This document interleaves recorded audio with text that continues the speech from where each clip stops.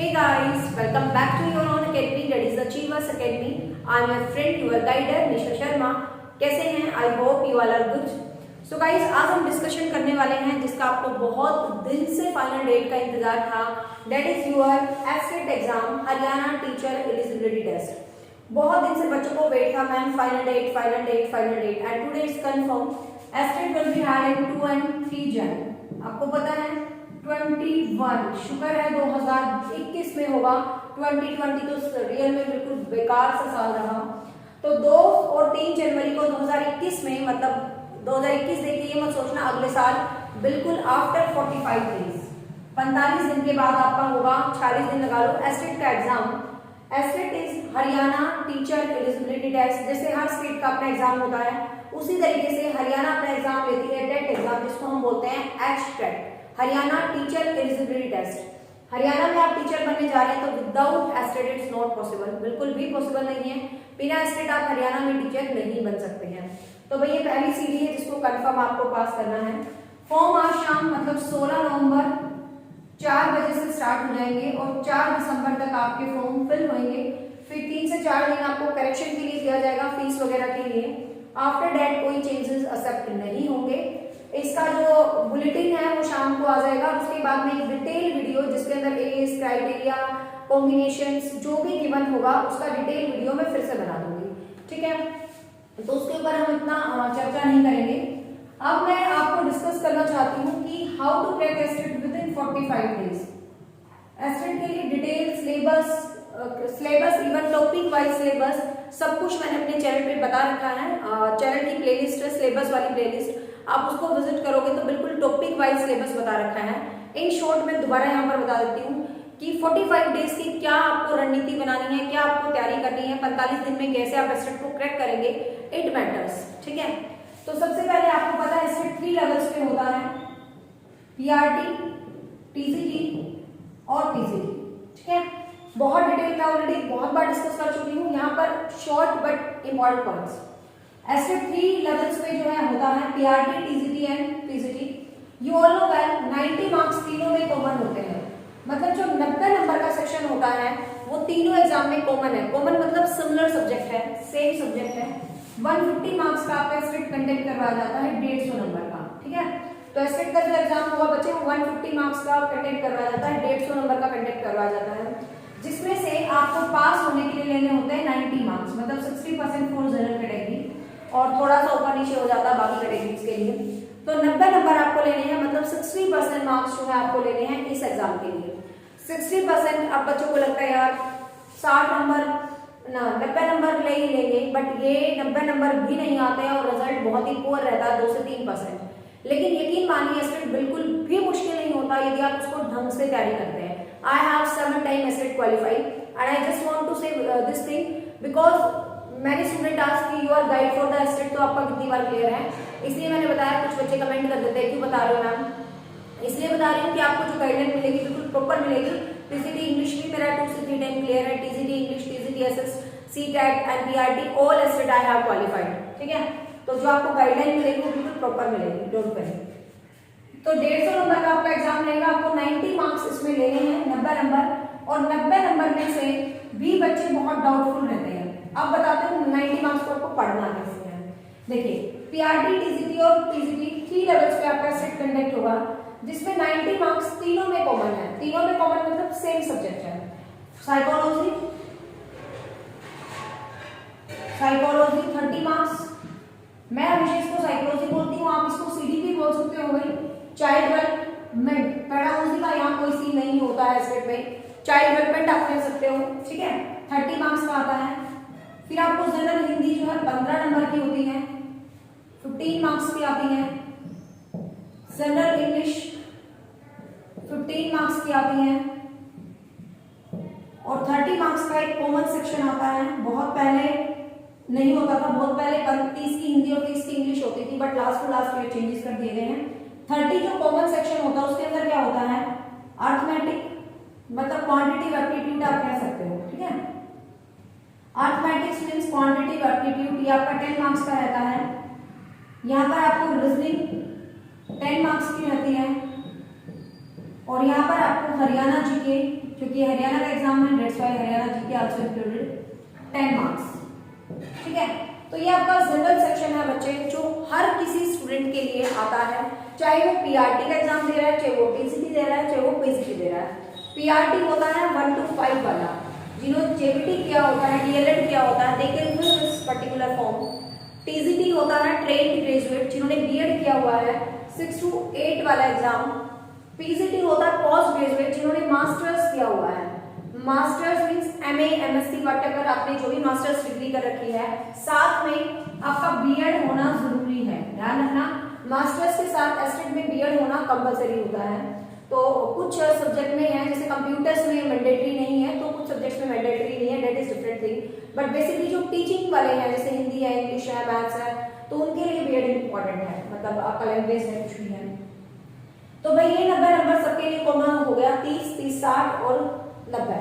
ठीक है, तो ये तीनों लेवल्स पे आएंगे, लेकिन तीनों लेवल्स पे पढ़ाई का डिफरेंस होता है। सब्जेक्ट के जो टॉपिक होते हैं ना बच्चे, जो कंटेंट होता है, जो टॉपिक होता है, टॉपिक्स हमेशा सेम होते हैं, बट टॉपिक्स में लेवल बदल जाता है। जैसे पीआरटी में तो बहुत इजी लेवल के क्वेश्चन पूछ लेंगे, टीजीटी पे लेवल थोड़ा सा और टफ होता जाता है, और PGT is the highest level of exam, जो बहुत स्टैंडर्ड से एग्जाम में क्वेश्चन पूछे जाते हैं।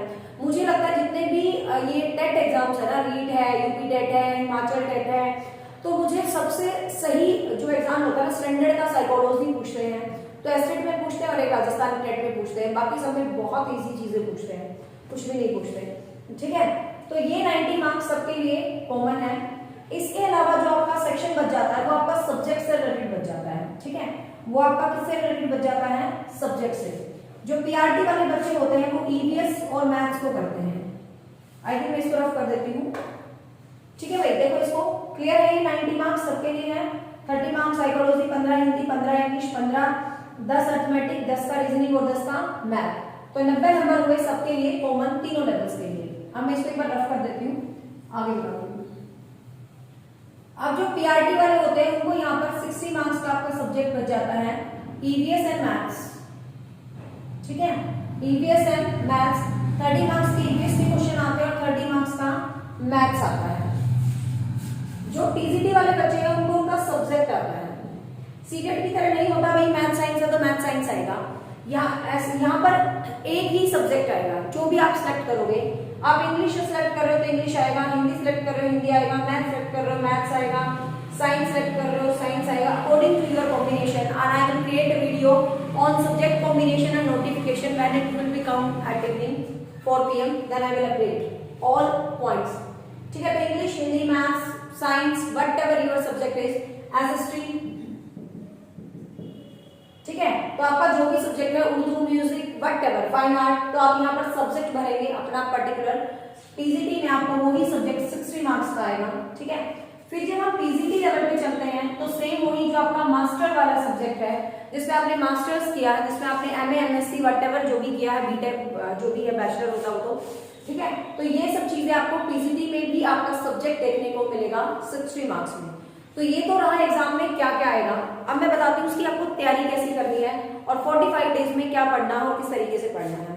आई थिंक आपको सब्जेक्ट क्लियर हो गया हो सिलेबस। मैंने इसको फास्ट क्यों बताया है, क्योंकि ऑलरेडी मैं 2 वीडियोस पूरा डिटेल में बच्चों की तरह करवा चुकी हूँ, तो बार बार उन्हीं चीजों को रिपीट करना मुझे बेहद बिल्कुल भी पसंद नहीं है। ठीक है, आप सिलेबस की प्लेलिस्ट में जाए, how to crack HTET by Nisha ma'am लिख लें, उसमें बिल्कुल डिटेल से इन सब्जेक्ट्स के बारे में मैंने बता रखा है, और इवन टॉपिक्स भी बता रखे हैं, इसमें ये पढ़ना है, इसमें ये पढ़ना है, इसमें ये पढ़ना है। ठीक है, लाइक दैट। क्लियर भाई? तो आई थिंक आपको 150 नंबर क्लियर हो गया होगा। 90 मार्क्स कॉमन फॉर एवरीवन। फिर ईवीएस, पीआरटी में ईवीएस एंड मैथ्स आता है, और टीजीटी में आपका सब्जेक्ट आता है, और टीजीटी में भी सब्जेक्ट आता है। अब आपको पढ़ना कैसे है उस चीज के ऊपर चलते हैं। तो सबसे पहले बात कर लेते हैं साइकोलॉजी की। साइकोलॉजी व्हाटएवर, चाइल्ड डेवलपमेंट, बाल विकास, कुछ भी आप कह दीजिए इसको। अब देखिए, अब सबसे पहली भूल होती है, पता नहीं मुझे समझ नहीं आता बच्चे एस्टेट क्यों नहीं क्रैक कर पाते। एस्टेट में कुछ भी डिफिकल्ट या कुछ भी यूनिक नहीं होता। प्रॉब्लम इज दैट हम उसको प्रॉपर तरीके से पढ़ते ही नहीं है। This is the major problem. बच्चे पढ़ते तो बहुत है, मुझे पता नहीं क्यों बहुत पढ़ने की जरूरत नहीं लगती। हमेशा प्रॉपर पढ़ना चाहिए, अकॉर्डिंग टू योर एग्जाम पढ़ना चाहिए। बच्चे क्या करते हैं, दुनिया भर का पढ़ते रहते हैं, कितना वहम होता है, ये किताब ले वो ले वो ले वो ले। ऐसा नहीं करना आपको, just go with the proper guideline, proper content, proper की क्वेश्चंस एग्जाम में कैसे आते हैं। तो go with the previous paper, previous paper आप देखिए, प्रीवियस पेपर से चेक करो कि क्या स्टैंडर्ड है एग्जाम का, कहाँ से क्वेश्चंस पूछे जा रहे हैं, किस तरीके के क्वेश्चंस ज्यादा पूछे जा रहे हैं। ठीक है, तो ये चीज होती है, आपने अपने माइंड में एक सिनेरियो सेट कर लिया कि एस्टेट एग्जाम कुछ ऐसे ऐसे होता है। इसमें है ना साइकोलॉजी का थोड़ा टफ लेवल होता है, हिंदी भी थोड़ी सी टफ होती है, इंग्लिश बहुत आसान सी होती है, रीजनिंग मैथ्स हरियाणा जीके तो मतलब यूं ही हो जाते हैं, बहुत इजी आते हैं 10-10 नंबर में। और फिर अपने सब्जेक्ट पर आओ, भाई हमारा सब्जेक्ट हाँ भाई बढ़िया लेवल का आता है। तो कहने का मतलब क्या है, चीजों को गो थ्रू करो पहले की चीजें एग्जाम में आनी क्या है, उस हिसाब से अपना एक स्टैंडर्ड मेंटल लेवल बनाओ पढ़ने का। तो यदि जिसने बीएड सीबीटी ढंग से किया है, पर ढंग से किया ही नहीं होता, नॉन अटेंडिंग करते हैं हम, है ना। तो जिसने बीएड सीबीटी को ढंग से किया है तो साइकोलॉजी तो उसके लिए बिल्कुल भी टफ सब्जेक्ट नहीं होता है, लेकिन फिर भी टफ होता है, और मुझे पता है पीजीटी लेवल में तो बहुत टफ आता है। तो it's my favourite subject, so you don't be confuse. इसके अंदर फेमस आपको जितने भी साइकोलॉजी के टॉपिक हैं वो पढ़ लेना है। तो मैंने पूरी एक लिस्ट बना रखी है चाइल्ड डेवलपमेंट सिलेबस के ऊपर, नियर अबाउट आप 30+ किसी भी मैं कहती हूँ दुनिया में कोई भी पुस्तक नहीं बनी कि आप कहोगे मैडम बुक बता दो, भाई मुझे कोई भी बुक अच्छी नहीं लगती, क्योंकि जो मैं अपना कंटेंट बनाती हूँ एक किताब से नहीं बनाती, 5 से 6 किताबों से बनाती हूँ। ठीक है, हाँ बुक्स अच्छी होती है, बुक्स के बिना बेड़ा पार नहीं होता, लेकिन अच्छी किताबें नहीं बनती जो हर चीज को अपने अंदर समेट रहे हैं। एस्टेट के लिए तो बिल्कुल नहीं है, क्योंकि जो पीजीटी की साइकोलॉजी है वो आपको किसी किताब में मिलेगी ही नहीं, सीधी सीधी सी बात है। तो इसके अंदर क्या आप सारे के सारे टॉपिक करोगे जो भी फेमस है, चाइल्ड डेवलपमेंट है, जीन प्याजे है, कोलबर है, लर्निंग पे फोकस करना, रीइंफोर्समेंट पे, अभिरुचि पे, रुचि पे, संवेगों पे, ये टॉपिक्स बहुत आते हैं, अभिवृत्ति, मापनी, ये वाले टॉपिक्स जो हम कभी करते ही नहीं डिस्कशन। ठीक है, तो इन जैसे लर्निंग के ट्रांसफर हो गया, और ये जो भी डिसेबिलिटी हो गई, डिसेबिलिटी सिंपल वाली नहीं है जो एनोरेक्सिया नर्वोसा पिछली बार आई थी, इस टाइप की बहुत सारी डिसेबिलिटी होगी। तो ये फेमस है टॉपिक भी आप कर लोगे ना इन 45 दिन में बहुत बढ़िया तरीके से।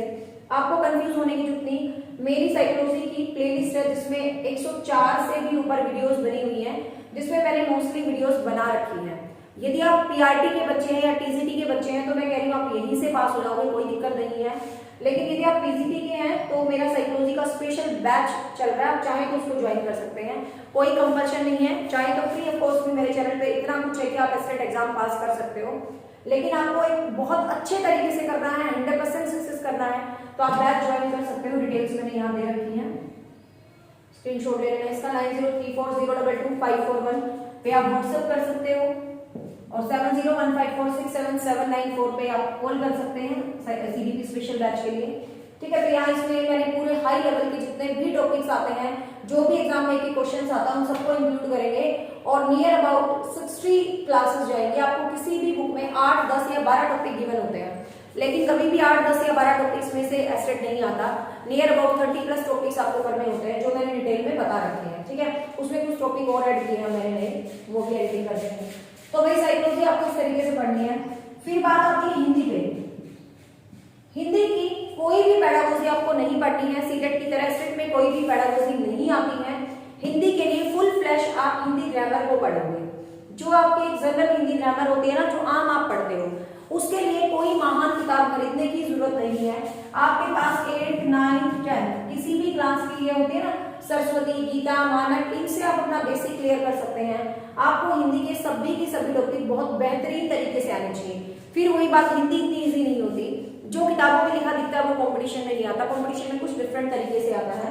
ठीक है, लेकिन आप हिंदी के प्रॉपर हिंदी ग्रामर के सारे टॉपिक कर लो, संज्ञा से लेकर आप रस, बस रस मुश्किल से आता है, छंद अलंकार बहुत कम आते हैं, लेकिन समास है, संधि है, तत्सम तद्भव है, उपसर्ग प्रत्यय है, क्रिया है, ये टॉपिक ऐसे में बहुत डोमिनेटिंग है, जो बहुत बार पूछे जाते हैं।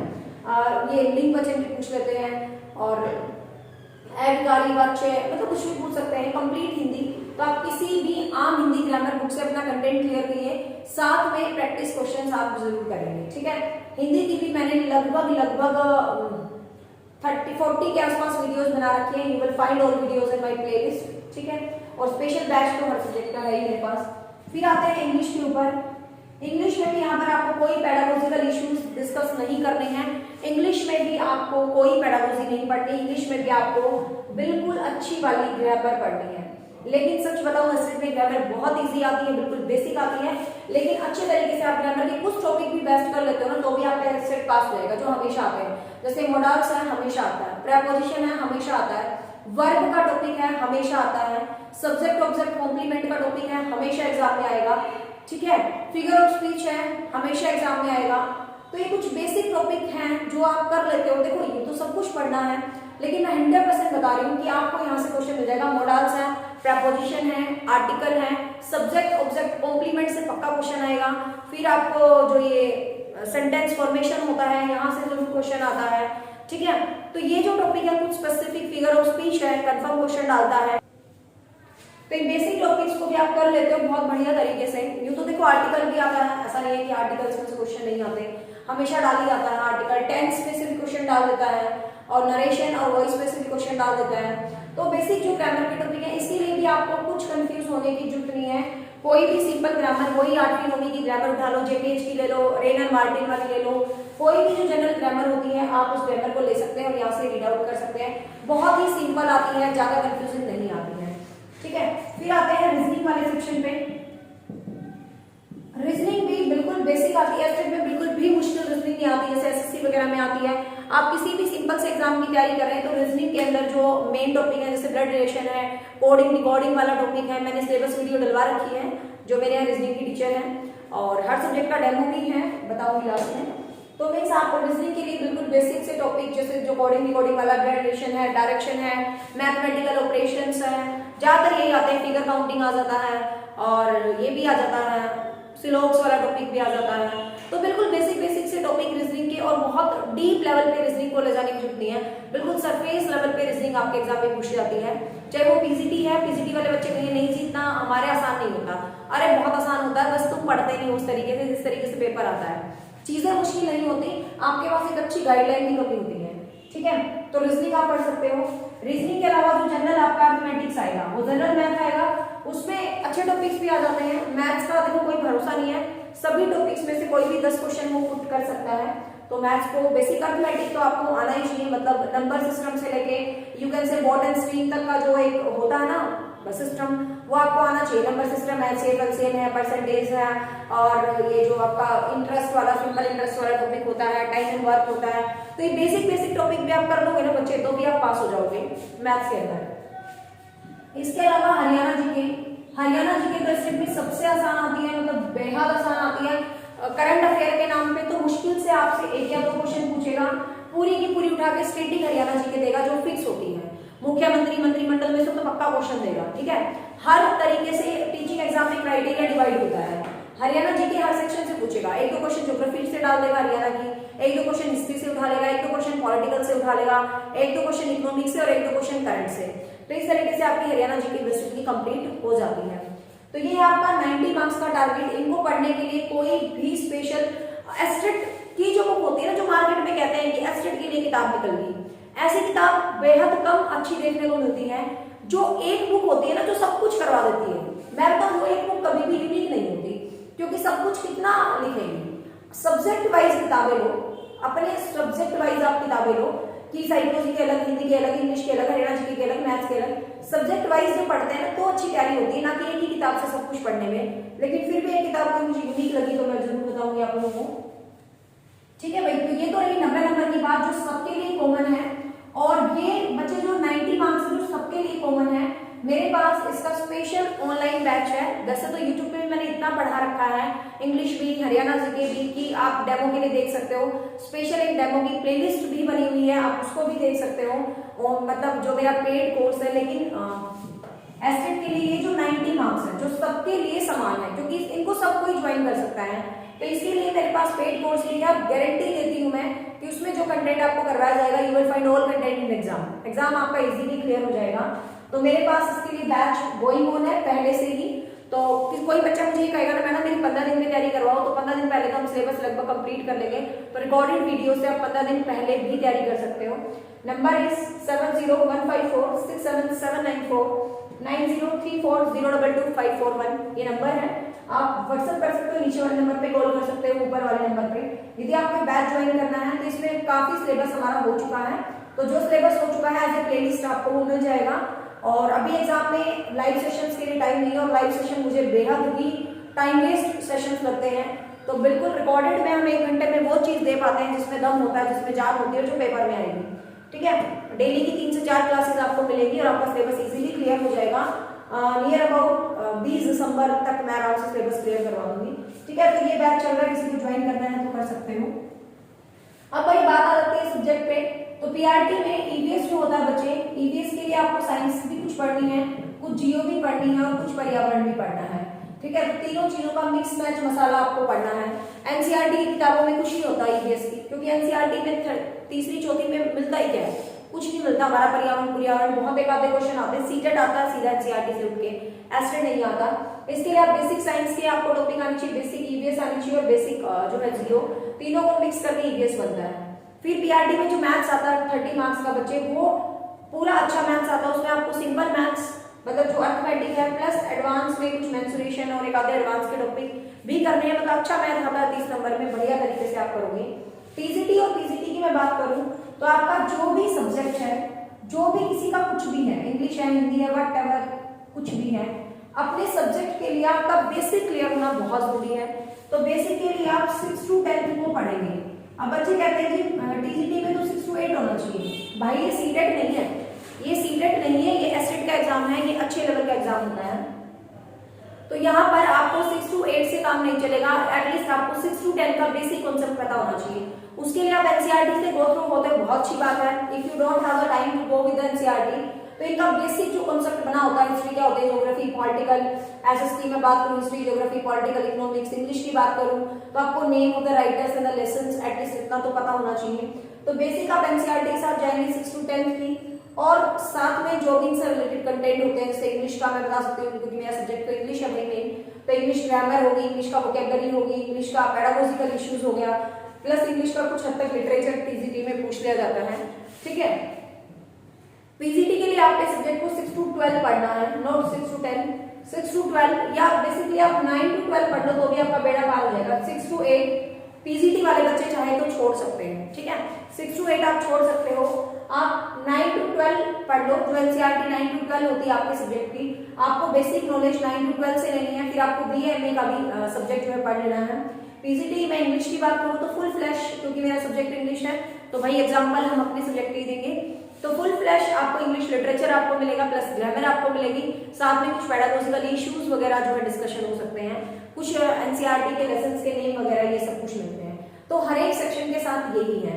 अपने सब्जेक्ट को पढ़ने का फार्मूला सिर्फ यही है। इसके लिए आप कोई भी मार्केट से अच्छी सी पुस्तक लो पीजीटी की, जो सिर्फ आपके सब्जेक्ट की हो। मैं हमेशा कहती हूँ ऑल ओवर किताबें अच्छी नहीं मिलती, कोई अच्छी मिलेगी तो मैं जरूर बताऊंगी। आप पर्टिकुलर किताब लें, जैसे इंग्लिश की लेने जाओ तो पूरी रामायण मत उठा के लाना, सिर्फ इंग्लिश की ही लाना। ठीक है, तो उसके अंदर से आप थोड़ा सा आपको गाइडलाइन मिलती है, अच्छे तरीके से पढ़ो। और इंग्लिश का स्पेशल बैच मेरे पास, इंग्लिश लिटरेचर का, इंग्लिश ग्रामर का, हर तरीके का स्पेशल बैच मेरे पास जो है, एसएसटी का भी स्पेशल बैच है, तो आप कोई भी चाहें तो ज्वाइन कर सकते हैं। अब ये तो रही पूरी Ramayan. And the last point, don't make your target 90। बच्चे कहते हैं मुझे 90 नंबर लेना और मैडम पास हो जाना है। If you make such target you never qualify your exam. Make your mind clear बच्चे, आपका एग्जाम बिल्कुल भी क्लियर नहीं होगा। इफ यू थिंक कि मुझे 90 नंबर लेने हैं, 90 नंबर की सोच के एग्जाम क्लियर नहीं होगा। मेक योर हाई टारगेट कि एटलीस्ट आई वांट 120। यदि आप 120 टारगेट बना के चलते हैं तो at least you will get 95 or 100। तो make your high target and be positive always कि yes I can do, I have a teacher, I am your guider, don't worry, I will give you the best. If you go with my channel especially, you can qualify PRT and TCT, even PCT exam. But systematic carry के लिए you can join my classes, my online course. If you want 100% qualify your exam, तो भाई आपको पता है specialisation तो specialisation ही होता है। जब एक सिस्टमेटिक क्लास चलती है, बच्चा उसके लिए पेमेंट कर रहा है तो शिद्दत थोड़ी सी तो बढ़ जाती है कि यार बच्चा पैसा दे रहा है तो उसके लिए 100% एफर्ट करने ही पड़ते हैं। बट मैंने यूट्यूब पे भी इतना एफर्ट्स किया हुआ है, पिछले बार 2-3 सीजन हो गए, मेरा पूरा रिजल्ट आता है with the help of YouTube channel also. You can crack your exam, don't be confuse and don't worry about it. I am from Haryana Panipat. If you want any kind of study material कि हाँ भाई ma'am ने जो बताया है इसका एक पूरा स्टडी मटेरियल आपको चाहिए, तो भी आप सेम नंबर पर कॉल कर सकते हैं। आपको कंप्लीट जो है स्टडी मटेरियल भी मिल जाएगा। Don't be confuse about that, don't worry about that. आपको सारा माल पका पकाया चाहिए तो मिल जाएगा, नहीं तो चैनल पे जाओ, वीडियोस देखो and make sure you create your notes. But time बहुत कम है और सिंगल भी टाइम आप वेस्ट नहीं करना है भाई। सीधी सी बात है, एक एक सब्जेक्ट वाइज लग जाओ, 7 दिन एक सब्जेक्ट को, 7 दिन एक सब्जेक्ट को। आपको 45 डेज में ही अपनी तैयारी को पूरा कंप्लीट करना है और आगे तो आपका पेपर ही हो जाएगा और फिर कुछ दिन बाद आपको रिजल्ट भी देखने को मिल जाएगा। न्यू ईयर पार्टी करने की जरूरत नहीं है। 1 तारीख को 2 तारीख को अपना पेपर देना शांति से, दिमाग से। इसकी जो भी नोटिफिकेशन डिटेल होंगी मैं अपडेट कर दूंगी, ठीक है। सो होप सो, और जो भी कंटेंट है, जो भी टॉपिक्स हैं, जो भी सिलेबस है, तो वो सब मैंने आपका वहां पर बना रखा है। दूसरी प्लेलिस्ट में आप विजिट कर लें। So bye, take care, have a nice day, thank you so much.